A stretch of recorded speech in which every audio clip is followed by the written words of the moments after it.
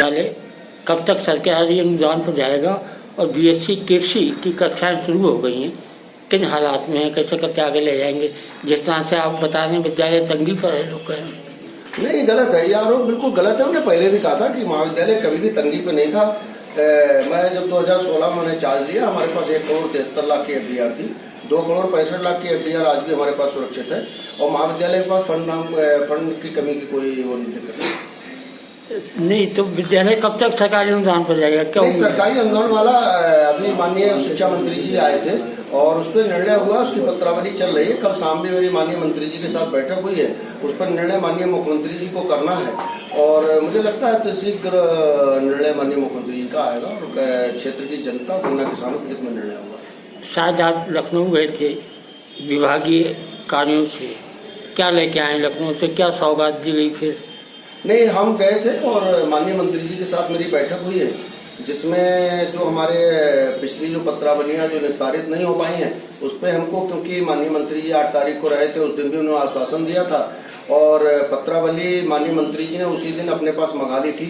शासन से पत्रावली माननीय मंत्री जी के पास है, मंत्री जी के बाद मुख्यमंत्री जी के अनुमोदन के लिए जानी है और हम विश्वास करते हैं कि इस माह में पत्रावली का निस्तारण होना चाहिए। अच्छा, बीएससी कृषि की सीटें जितनी आपको मिली थी वो सब भर गई हैं, आगे लोग कुछ और भी चाहते हैं एडमिशन, कैसे करके कुछ सीटें और मिल रही क्या?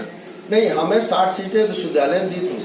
शासन की एक व्यवस्था है कि उसके अंतर्गत 60 सीटों के साथ 10% हम ईडब्ल्यूएस के एडमिशन कर सकते हैं। 64 एडमिशन हम आज तक कर चुके हैं। जैसे ही डेट बढ़ती है 2 प्रवेश और करेंगे। हमने शासन के नियम में 33% अतिरिक्त सीटें मिलने का प्रावधान है, परंतु क्योंकि उसके लिए व्यवस्थाएं करनी होती हैं, हम उस पर मंथन कर रहे हैं। अगर व्यवस्थाएं होगी तो निश्चित रूप से हम 33% सीटें शासन के नियम में और लेंगे। मगर एक सेक्शन जो लोगों की डिमांड है, एक सेक्शन और इस साल प्रारंभ हो, हम उसको प्रारंभ करने की स्थिति में नहीं है, क्योंकि उसके लिए संसाधन जुटाने होते हैं। मगर 33% जो सीटें शासन के मानक में है उसको लेने के लिए हम प्रयासरत हैं और अगर विश्वविद्यालय हमको देता है तो निश्चित रूप से प्रवेश करेंगे। विद्यालय के विकास पर कुछ कहेंगे सर? महाविद्यालय के विकास के लिए तमाम योजनाएं हमारे पास हैं। अब हम बीएससी एजी के बाद कुछ नए कोर्स लाने की ओर अग्रसर हो रहे हैं, उस पर हमारा मंथन चल रहा है और हमको लगता है सरकार अब शीघ्र कुछ न कुछ नया हमको और देगी, जिससे कॉलेज निरंतर विकास की ओर जाए।